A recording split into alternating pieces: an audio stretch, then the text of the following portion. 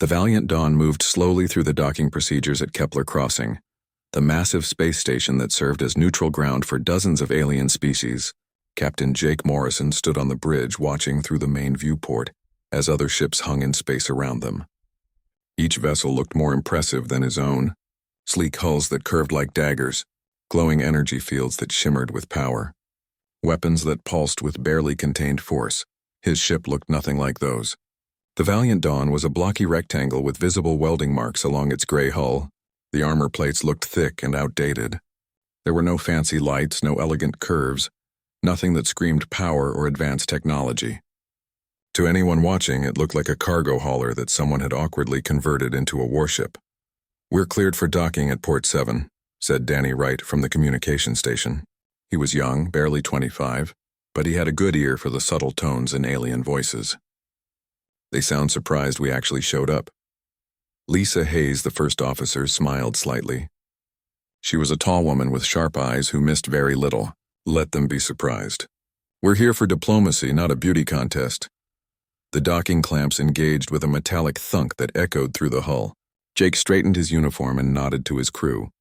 "Lisa, Amy, you're with me. Danny, keep monitoring all channels. Kyle, make sure nobody gets too curious about our ship while we're gone." Kyle Bennett, the chief engineer, grinned from his station near the back of the bridge. "Anyone who tries to peek inside our systems is going to find some very boring maintenance logs." "I made sure of that." Jake led his officers through the airlock and into the station proper. Kepler Crossing was huge, a rotating wheel of metal and lights where hundreds of species came to trade and talk.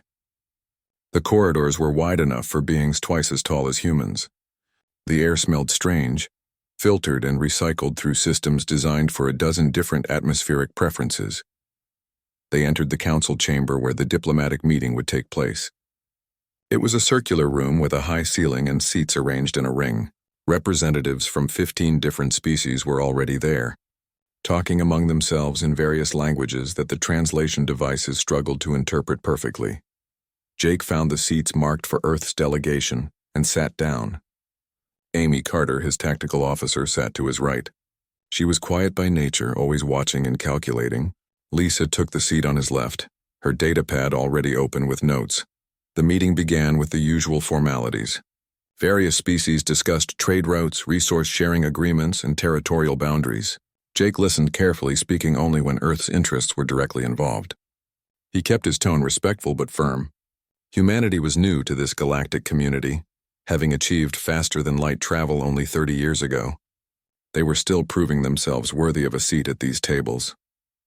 Then Commander Vector entered the chamber. The Zetharian was massive, nearly 8 feet tall with forearms and skin that looked like dark red armor plating. His species had controlled a significant portion of this sector for over 1,000 years. They were warriors, proud and aggressive, with a military that had conquered dozens of worlds. Vector didn't sit in his assigned seat. Instead, he walked to the center of the chamber, his footsteps heavy enough to feel through the floor. His eyes, all 3 of them, swept across the room before settling on Jake. "I see the humans have brought their ship," Vector said, his voice deep and filled with amusement. The translation device rendered it in perfect English, but couldn't quite capture the mockery in his tone. "I passed it on my way in. For a moment I thought it was a derelict someone forgot to tow away." Several alien representatives made sounds that might have been laughter. Jake kept his expression neutral. "The Valiant Dawn serves our purposes well," Jake replied calmly. Vector's laughter boomed through the chamber. "Serves your purposes? It looks like a cargo container with engines bolted on. No shields that I could detect.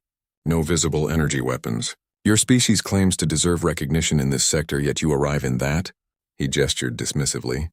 "My people have waste barges with more firepower." Amy shifted slightly in her seat, but her face remained blank. Lisa made a small note on her datapad. Jake simply looked at Vector and said nothing, which seemed to irritate the Zetharian even more. "Perhaps this is why humans should not be part of these discussions," Vector continued, now addressing the entire chamber. "You lack the strength to enforce your claims. You occupy 3 small colony worlds in the Outer Rim, yet you act as though you're a major power. It's almost adorable."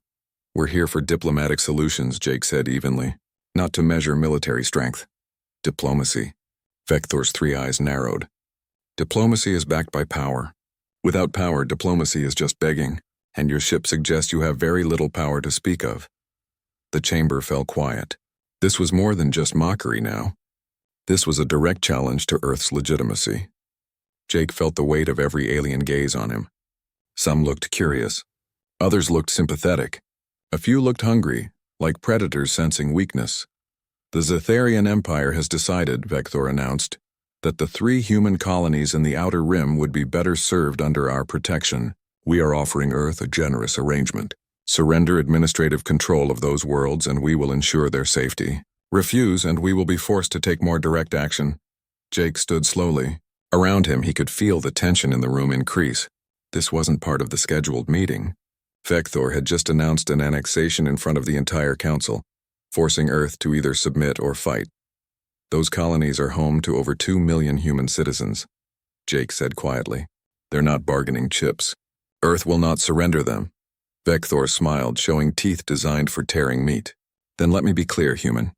My battle group will arrive at the Novara system in 3 days. Your colonies are there. You may bring your cargo container of a ship and try to stop us, or you may accept the inevitable and spare your people the trouble of watching you fail. He turned and walked out of the chamber, his footsteps echoing in the silence he left behind. The meeting dissolved shortly after. There was no point in continuing. Everyone knew what was about to happen.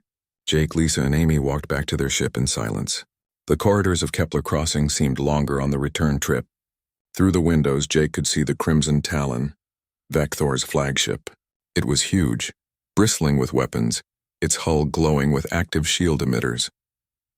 When they reached the Valiant Dawn and sealed the airlock behind them, Lisa finally spoke. He has no idea what he just started.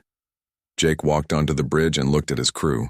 Danny at communications, Kyle at engineering, Sophie Blake at navigation, Ryan Cooper at weapons, Greg Foster monitoring medical systems, all of them looking at him waiting.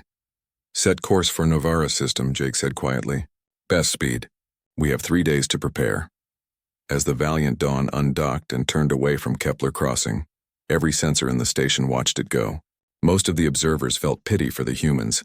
A few felt curiosity about why they would even bother to show up for such an obvious defeat. None of them understood what they were actually looking at. The Valiant Dawn jumped to faster-than-light speed 6 hours after leaving Kepler Crossing. The stars stretched into lines outside the viewport, then vanished as the ship entered the strange realm where normal physics bent enough to let them cross vast distances in days instead of centuries. Jake Morrison sat in his ready room, a small office just off the main bridge. Reports scrolled across his screen. Intelligence data about Zetharian fleet movements. Technical specifications of their weapons. Battle formations they preferred. He'd read all of it before multiple times, but he read it again anyway. Details mattered. Small things could mean the difference between victory and death. A chime at his door interrupted his reading. Come in, he called. Lisa Hayes entered, carrying 2 cups of coffee. She set one on his desk and kept the other for herself, settling into the chair across from him. You should rest, she said. We have 3 days. I'll rest when we're ready, Jake replied, taking the coffee.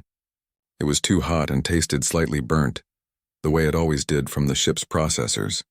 He drank it anyway. We've been ready for months, Lisa said. The crew knows their jobs.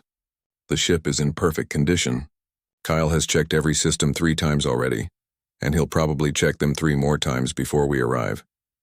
Jake allowed himself a small smile. Kyle does like his checklists. The question is whether you're ready, Lisa continued. She leaned forward slightly, her expression serious. Jake, you know what's about to happen. This isn't a simulation anymore. People might die. Their people may be ours. Once this starts, there's no taking it back. I know.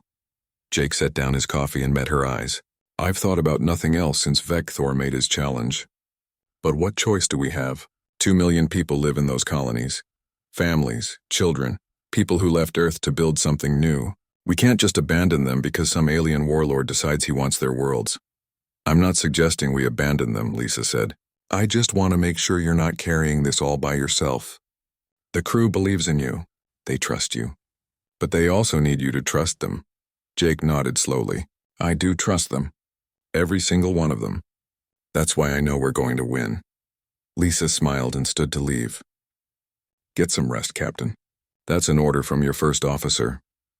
After she left, Jake tried to take her advice. He lay down on the narrow bunk in his quarters and closed his eyes. Sleep came eventually, but it was filled with dreams of fire and darkness and voices screaming across communication channels. He woke to the sound of the ship's alert chime. His console showed the time as 0400 hours ship standard. He'd slept for maybe 5 hours. It would have to be enough. The next 2 days passed in a blur of preparation. The crew ran drills constantly. Damage control teams practiced sealing hull breaches. Medical teams prepared for mass casualties. Navigation plotted emergency jump coordinates in case they needed to retreat quickly. Amy Carter spent 12 hours straight in the tactical center, reviewing firing solutions and probability matrices. She barely spoke, lost in the numbers and calculations that might save their lives. Ryan Cooper worked with her, checking and rechecking the weapon systems, making microscopic adjustments to firing angles and power distributions. Sophie Blake, the navigator, worked with Danny Wright to analyze Etherian communication patterns. If they could predict what orders Vector would give and when, they might gain precious seconds of advantage. Every second mattered in space combat. Kyle Bennett practically lived in the engineering spaces, moving through the ship's guts like a surgeon examining a patient. He tested power couplings, verified redundant systems, and made sure every circuit could handle the massive loads they'd be demanding soon. His team followed his example, working double shifts without complaint. Greg Foster prepared the medical bay with quiet efficiency. He laid out surgical equipment, stocked blood supplies, and programmed the automated systems to handle multiple trauma cases simultaneously. He hoped he wouldn't need any of it, but hope wasn't a strategy. Jake walked through every section of the ship during those 2 days. He talked to his crew, listened to their concerns, answered their questions. Some were nervous. Most were focused. A few seemed almost eager, ready to prove what humanity could do when pushed into a corner. On the 3rd day, Sophie announced they were 4 hours from the Novara system. Jake called everyone to their stations. The casual atmosphere of the journey vanished, replaced by professional intensity. Every crew member moved with purpose, their training taking over. "Danny, what are we hearing?" Jake asked as he settled into the captain's chair. Danny's fingers danced across his console. Multiple contacts in the Novara system. 7 Etherian warships, including the Crimson Talon. They're in standard battle formation, arranged in a sphere pattern. They're also broadcasting on all frequencies, basically announcing their presence to anyone watching. "They want an audience," Amy observed. "This is supposed to be a demonstration." "Let them have their show," Jake said. "How long until we drop out of faster than light?" 30 minutes, Sophie replied. Jake took a deep breath. This was it. The moment everything changed. He keyed the ship-wide intercom. "All hands, this is the captain. In 30 minutes, we're going to face an enemy that thinks we're weak. They think our ship is outdated. They think humanity doesn't belong among the stars. They're wrong on all counts. Each of you knows your duty. Each of you has trained for this. I have complete faith in every single person on this vessel. When we drop into normal space, we're going to show the galaxy what humans are capable of." Morrison out. The minutes ticked by with agonizing slowness. Jake watched the countdown on his console. 20 minutes, 15:10. Around him, his crew worked with calm precision. No panic, no fear. Just focus. 5 minutes, Sophie announced. "Amy, status on all systems," Jake ordered. "All weapon systems are green and standing by," Amy reported. "Point defense grid is ready. Targeting computers are calibrated. Missiles are loaded and armed. Engineering status, Kyle." Kyle's voice came through from the engineering deck. "All reactors operating at optimal levels. Power distribution networks are ready. Backup systems are online. Heat sinks are clear. We're ready, Captain." "Medical is ready," Greg added from his station. "Communications are clear," Danny said. "I'm monitoring all Etherian channels. Navigation is set," Sophie confirmed. "Exit coordinates are locked. Emergency jump points are plotted." Lisa looked at Jake and nodded once. "Ready?" 1 minute, Sophie said. Jake felt his heartbeat steady and slow. Time seemed to stretch. He thought about Earth billions of miles away. He thought about the colonies they were here to protect. He thought about humanity's place in a galaxy full of species that had been traveling the stars for thousands of years while humans were still learning to make fire. 30 seconds, but humans had something the other species seemed to have forgotten. Humans had spent their entire history fighting. Fighting nature, fighting each other, fighting to survive on a planet that tried to kill them in 1,000 different ways, and every fight taught them something new about how to win the next one. 10 seconds. The ship began to shudder as it prepared to drop back into normal space. Jake gripped the arms of his chair and watched the countdown. 5, 4, 3, 2, 1. Reality snapped back into focus. The stars appeared, steady and bright. And there, exactly where intelligence said they would be, hung 7 Zetharian warships. The Crimson Talon sat at the center, massive and glowing with power. Its weapons were already charged and pointing in their direction. "Incoming transmission," Danny announced. "Put it on screen." Vecthor's face appeared, his expression full of smug satisfaction. "The humans actually came. I'm almost impressed by your courage, even if it's misplaced. This is your last chance to surrender and retreat. After that, I cannot guarantee your safety." Jake looked at the alien commander and spoke clearly. "We're not here to surrender. We're here to defend our people. If you want these colonies, you'll have to go through us." Vecthor laughed. "As you wish, human. Let this be a lesson to your species about overconfidence." The transmission cut off. "All ships powering weapons," Amy reported. "They're moving into attack formation." Jake looked at Lisa. She nodded. "Execute protocol, Sentinel," Jake ordered. "All power to primary systems. Weapons free," and the Valiant Dawn began to change. The change started with a sound that rumbled through the entire ship. Deep mechanical groans echoed through the corridors as massive locks disengaged. Panels along the Valiant Dawn's hull began to move, sliding apart with precise timing that spoke of careful engineering. On the Crimson Talon's bridge, Vecthor watched his display with satisfaction.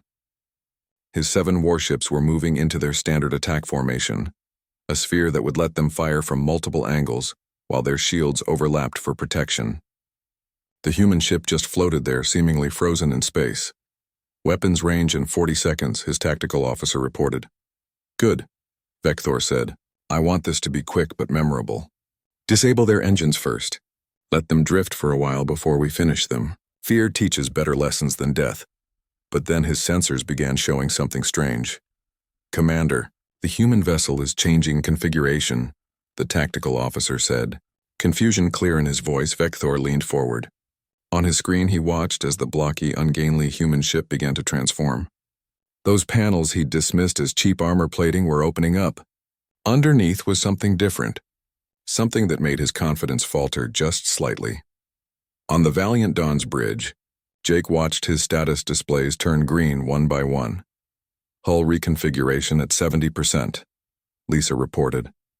The outer armor plates continued to slide apart in sections, revealing the real ship underneath. Where the Valiant Dawn had looked bulky and slow, it now appeared dense and compact. The inner hull was covered in angular tiles designed to deflect and disperse energy. Reactive plating sat ready to absorb impacts. Heat sinks emerged from recessed ports, ready to dump the massive thermal loads that were about to be generated. "Weapon systems deploying," Amy announced, her voice steady despite the enormity of what was happening. From hatches that had appeared to be maintenance access points, railgun batteries extended smoothly. 12 of them, positioned around the ship's hull for complete coverage. Each barrel was longer than it had any right to be, reinforced and magnetically shielded. These weren't energy weapons that would light up the darkness with colorful beams. These were magnetic accelerators designed to throw solid metal at speeds that made them devastating. "Missile pods deploying," Ryan Cooper added from his weapons station. Underneath the ship, what had looked like cargo bay doors dropped open. 48 missile tubes became visible, each one loaded with a kinetic kill vehicle. Not explosive missiles, not seeking warheads, just solid mass with engines attached, ready to accelerate to velocities that would make them nearly impossible to stop. "Point defense systems online," Amy continued. "All turrets are active and tracking." Across the ship's surface, dozens of small turrets emerged and began rotating in their mounts. Fast-tracking guns designed to shoot down incoming projectiles and missiles, each one linked to targeting computers that could process threats faster than any organic brain. "Hull reconfiguration complete," Lisa said. "All systems are green. We're ready." Vecthor stared at his display, trying to process what he was seeing. This wasn't the same ship. The awkward cargo hauler was gone, replaced by something that looked like it had been designed for exactly one purpose: war. "What are those weapons?" his tactical officer asked. "Kinetic systems," Vector said slowly. "Primitive ballistic weapons. Nothing our shields can't handle." But his voice lacked its earlier certainty. "They're powering up, Commander. Energy readings are increasing across their hull." Vector's eyes narrowed. "All ships open fire." The 7 Zitharian warships unleashed their weapons simultaneously.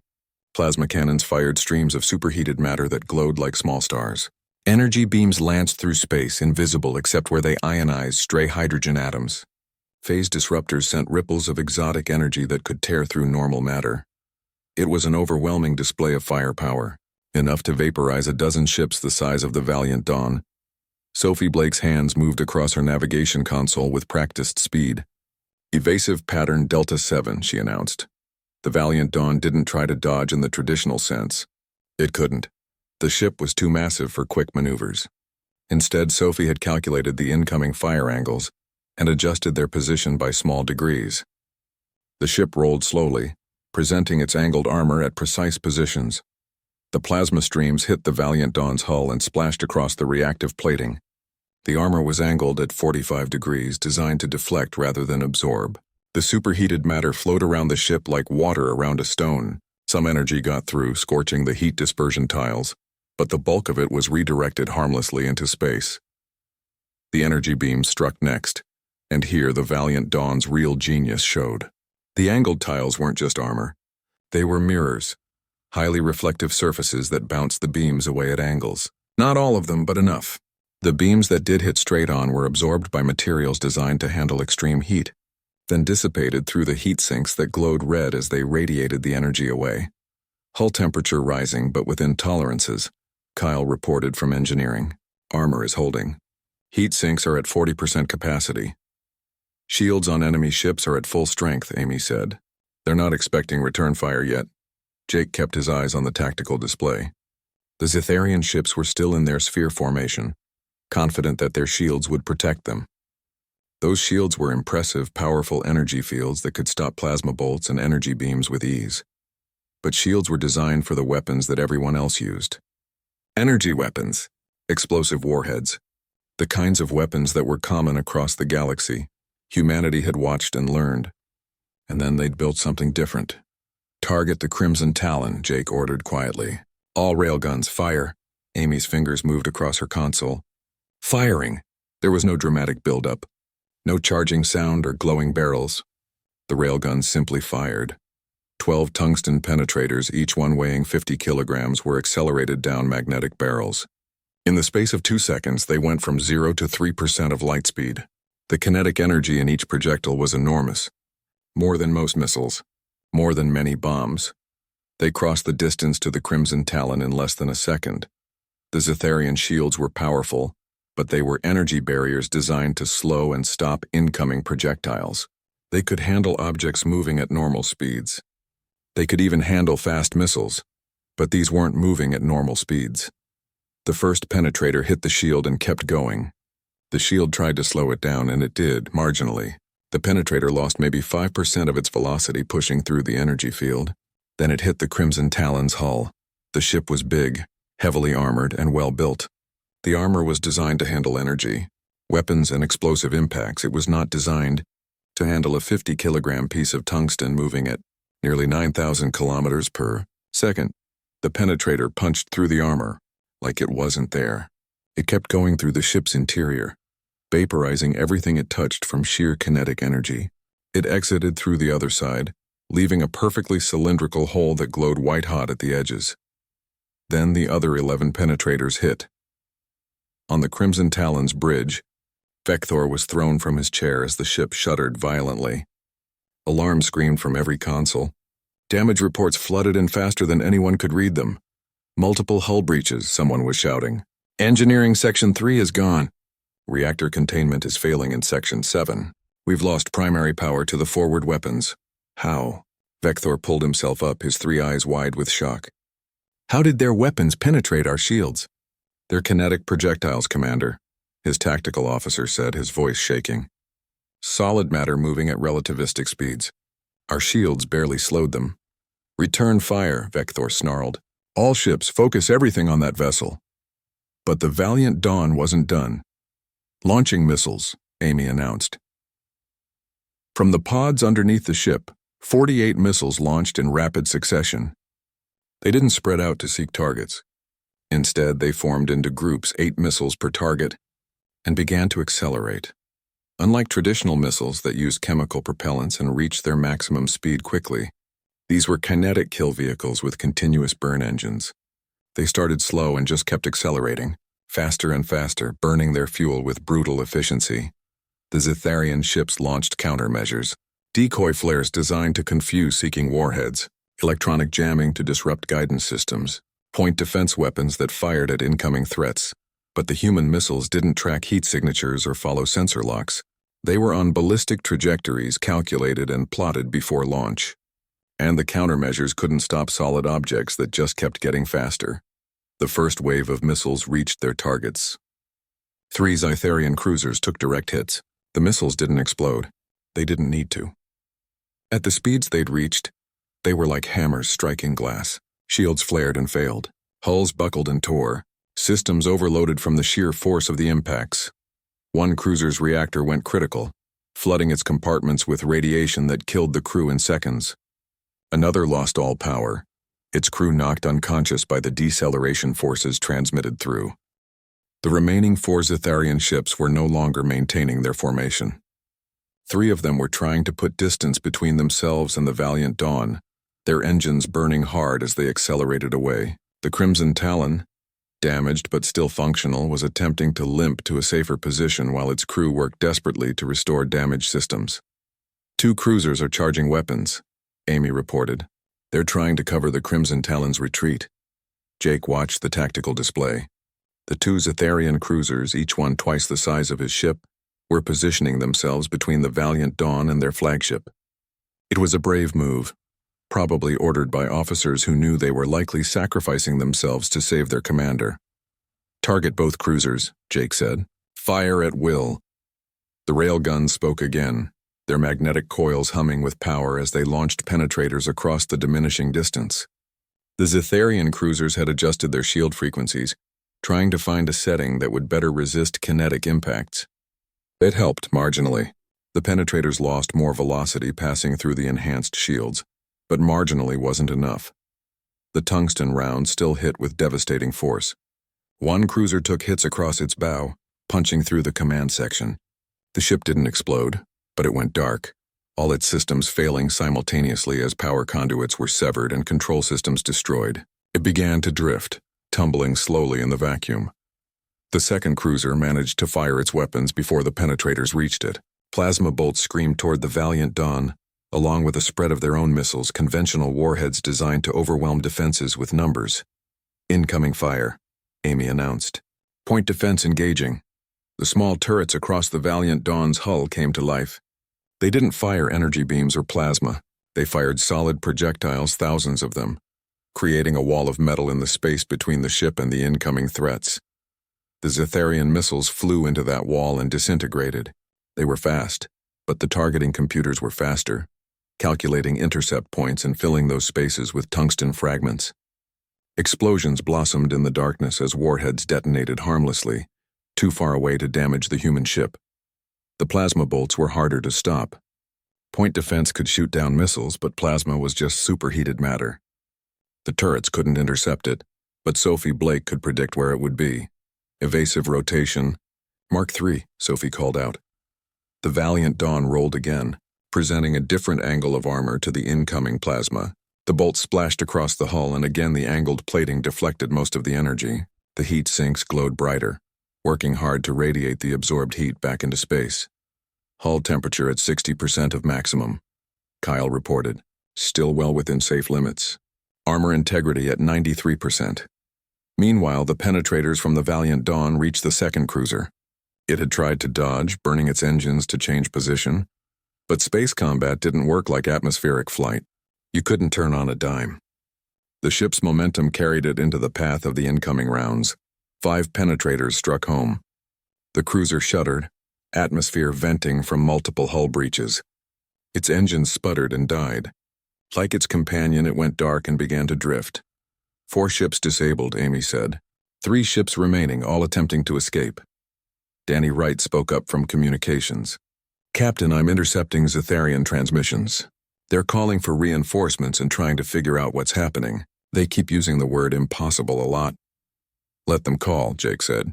By the time reinforcements arrive, this will be over. Sophie, what's the fastest we can intercept the fleeing ships? Sophie's fingers danced across her console, calculating trajectories and burn times. At current acceleration, we can reach the nearest one in 8 minutes. The other 2 are burning harder, trying to reach jump distance. They won't make it, Lisa observed. Not before we're in range, Jake nodded. Amy, prepare another missile spread. Target the fleeing ships. I want them disabled, not destroyed. Amy looked at him, one eyebrow raised slightly. Disabled, sir? We've made our point, Jake said quietly. They know they can't win. There's no need for more killing than necessary. Understood, Amy said, and began programming the missiles with precision targeting. Instead of aiming for reactors or command sections, she plotted impacts that would destroy engines and maneuvering thrusters. Crippling shots, not killing ones. The missiles launched, their engines igniting as they began their acceleration runs. This time the Zetharian ships saw them coming and tried everything to escape.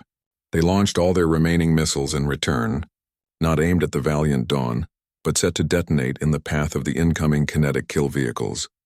Hoping the explosions would knock them off course, it was a smart tactic. It might have even worked against conventional missiles, but these missiles were just solid mass and engines. The explosions buffeted them, pushed them slightly off their calculated trajectories.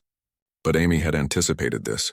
She'd programmed multiple redundancies, and the missiles had their own simple guidance systems that made tiny corrections, using small thrusters to adjust their paths. They reached their targets, 6 missiles per ship, all aimed at the engine sections. The first ship took its hits and its engines exploded in a cascade of venting plasma. The vessel went dark immediately, all power lost. The second ship lasted a few seconds longer before its power plant overloaded and shut down automatically to prevent a reactor breach. All 3 fleeing ships are disabled, Amy reported. They're dead in space. That left only the Crimson Talon. The massive flagship had managed to restore some of its systems. It was moving now, albeit slowly, trying to reach a distance where it could safely jump to faster than light speeds.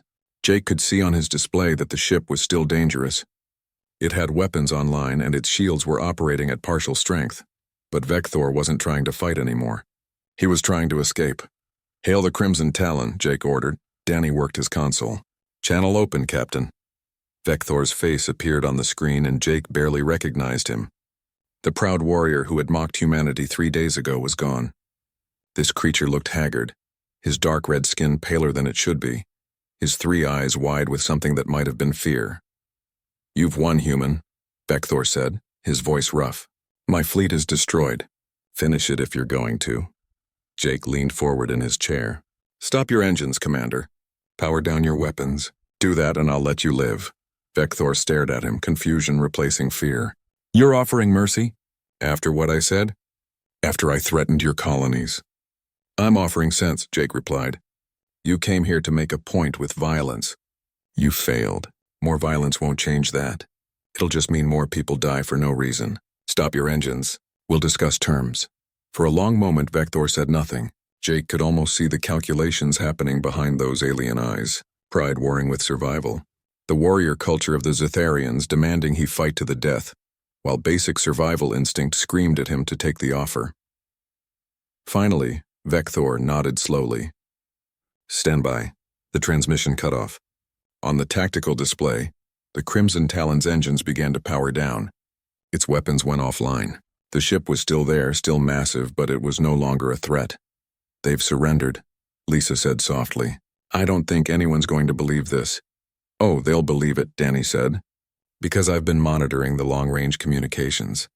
At least a dozen alien species had sensors in this system, watching the whole thing. The battle is being broadcast across half the sector right now. Jake sat back in his chair, suddenly feeling the weight of the last 20 minutes. It had been less than half an hour since the fighting started. Half an hour to change everything humanity's place in the galaxy was built on. Casualties? He asked quietly. Greg Foster's voice came over the intercom from the medical bay. Minor injuries only, Captain. Some burns from heat transfer. One broken arm from someone not being strapped in properly during maneuvers. Nothing serious. Damage report? Kyle Bennett answered from engineering. Hull integrity is at 93%. We've got some scorching on the outer armor that'll need to be replaced. And 2 of the heat sinks are at maximum capacity and need time to cool down. But all critical systems are green. We can fight again if we need to. We won't need to, Jake said. He looked at Lisa. Prepare a boarding team. Medical staff, security, and damage control specialists. We're going to help repair the Zetharian ships and treat their wounded. Lisa blinked. Sir? They're defeated, not destroyed, Jake explained.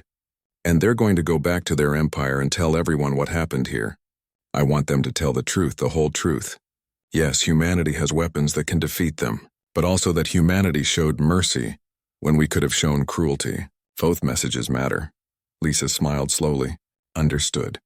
I'll assemble the teams. Over the next hour, human medical teams beamed over to the disabled Zetharian ships. Greg Foster led them personally, treating wounded aliens with the same care he'd give to human patients. Damage control specialists helped patch hull breaches and restore life support systems. Security personnel stood guard, but their weapons stayed holstered. The Zetharian ships departed the Novara system 6 hours after the battle ended. They moved slowly, limping away on damaged engines while human repair teams worked alongside Zetharian crew members to patch the worst of the damage. It wasn't pretty, but it was enough to get them home. Jake watched from the Valiant Dawn's bridge as the last of the alien vessels made the jump to faster-than-light speed. The Crimson Talon went last, its massive hull still bearing the scars of tungsten penetrators. Those scars would remain visible for weeks, maybe months. Every ship that saw them would know what had happened here. All clear, Captain, Sophie reported. The system is secure. Jake nodded and stood up from his chair. His muscles ached from the tension of the last few hours, and he felt exhausted in a way that had nothing to do with physical tiredness. Command was heavy, especially when lives hung on every decision. Lisa, you have the bridge, he said. I'm going to check on the crew. He walked through the ship, stopping at every station and compartment. In engineering, Kyle and his team were running diagnostics, making sure every system had survived the battle intact. The heat sinks were cooling down slowly, radiating their stored thermal energy into space through specialized panels. We performed exactly as designed, Kyle said, wiping grease from his hands with a rag. Maybe even better. The railguns didn't even need recalibration after sustained firing. The missile systems cycled perfectly, and the armor held up against everything they threw at us. Good work, Jake said. Take the next shift off. You and your team earned it. In the medical bay, Greg was finishing up with the last few crew members who'd sustained minor injuries. The broken arm was set and healing in a regeneration cast. The burn victims were treated and resting comfortably. All things considered, we got off easy, Greg said. I was prepared for much worse. The worst-case scenarios I planned for, none of them happened. Let's hope they never do, Jake replied. He found Amy in the tactical center, still reviewing battle data even though the fight was long over. Screens around her showed trajectories, impact analyses, and probability calculations. We fired 216 railgun rounds and 48 missiles, Amy said without looking up. Hit rate was 97%. The 3% that missed were due to enemy ships moving in ways our predictive algorithms didn't anticipate. I'm updating the models now, so next time we'll do better. Next time, Jake repeated. You think there'll be a next time? Amy finally looked at him. I think we just changed everything, Captain. The whole galaxy watched us defeat a major military power using weapons they thought were primitive. Every species out there is going to be reassessing their assumptions about humanity. Some will want to be our friends. Others will see us as a threat. Either way, we're not going to be ignored anymore. She was right, of course. Jake had known this battle would have consequences beyond just protecting the 3 colonies. They'd proven humanity belonged at the table, but they'd also painted a target on Earth's back. Keep updating those models, Jake said. And get some rest when you can. Danny Wright had news when Jake returned to the bridge. Captain, we're getting communications requests from everyone. The Galactic Council wants to talk. So do about 30 different species. Some we've never even heard of before. News organizations want interviews. And Earth Command is demanding a full report. Prioritize Earth Command, Jake said. They need to know what happened here before they hear it from someone else. After that, we'll talk to the Council. Everyone else can wait. The conversation with Earth Command took 2 hours. Jake explained everything in detail. answering questions from admirals and politicians who were trying to understand the implications of what had just happened. Some were excited. Others were worried. All of them knew that humanity had just stepped onto a much bigger stage. When that was finished, Jake opened a channel to the Galactic Council. The transmission took several minutes to reach their headquarters station, and several more for the response to return. Faster than light communication was possible, but it wasn't instant across these distances. The Council's response, when it came, was careful and diplomatic. They congratulated humanity on defending their territory. They expressed interest in learning more about human military capabilities. And they invited Earth to send a formal delegation to discuss membership in the Council. Not as a minor species seeking admission, but as a peer. "We've been offered a seat at the table," Lisa said after reading the full message. "A real seat, not just observer status." "It's what we wanted," Jake agreed. "But it comes with responsibilities. They'll expect us to contribute to sector defense. They'll want our help with disputes and conflicts. We're not going to be able to stay isolated anymore." "Is that such a bad thing?" Lisa asked. Jake thought about it. Humanity had been so focused on protecting themselves, on proving they could defend their small corner of space. But the galaxy was vast, and there were threats out there bigger than any single species could handle alone. Maybe it was time to be part of something larger. "No," he finally said. "I don't think it is." Over the next 3 days, as the Valiant Dawn remained in the Novara system to ensure the colonies were truly safe, the news spread across the galaxy.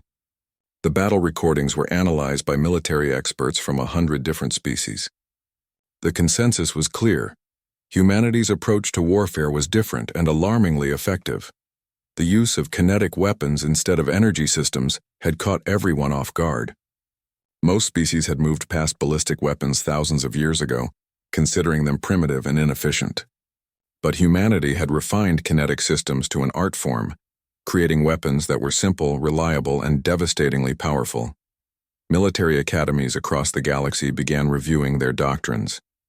Shield technology that had been considered invincible was suddenly vulnerable. Weapons that looked impressive were proven less effective than simple physics applied with precision. Some species responded with fear, seeing humanity as a dangerous newcomer that threatened the established order. Others responded with interest, reaching out to Earth with offers of trade, alliance, and cultural exchange. The Zetharian Empire, perhaps surprisingly, responded with respect. Vector's report to his superiors was brutally honest. He described the battle in detail, accepting full responsibility for underestimating the humans. He recommended that the Empire establish diplomatic relations with Earth immediately, before their enemies could form closer bonds. Within a week, a Zetharian ambassador arrived at Earth's orbital station, carrying formal apologies and a proposal for a non-aggression treaty. The warrior culture of the Zetharians valued strength above all else, and humanity had proven their strength beyond any doubt. Jake heard about all of this through official channels and news reports. The Valiant Dawn remained on station at Novara for 2 weeks, a visible reminder to anyone watching that humanity would defend its people. But eventually they were rotated out, replaced by another Earth vessel, and called back home. The journey back to Earth took 5 days. Jake spent most of it writing his final reports and thinking about the future. The crew gradually relaxed, the tension of combat fading as they fell back into normal routines. By the time they approached Earth's solar system, laughter and conversation had returned to the corridors. Earth Command greeted them as heroes. The orbital stations were lined with ships, all signaling welcome and congratulations. News crews from every major network wanted interviews.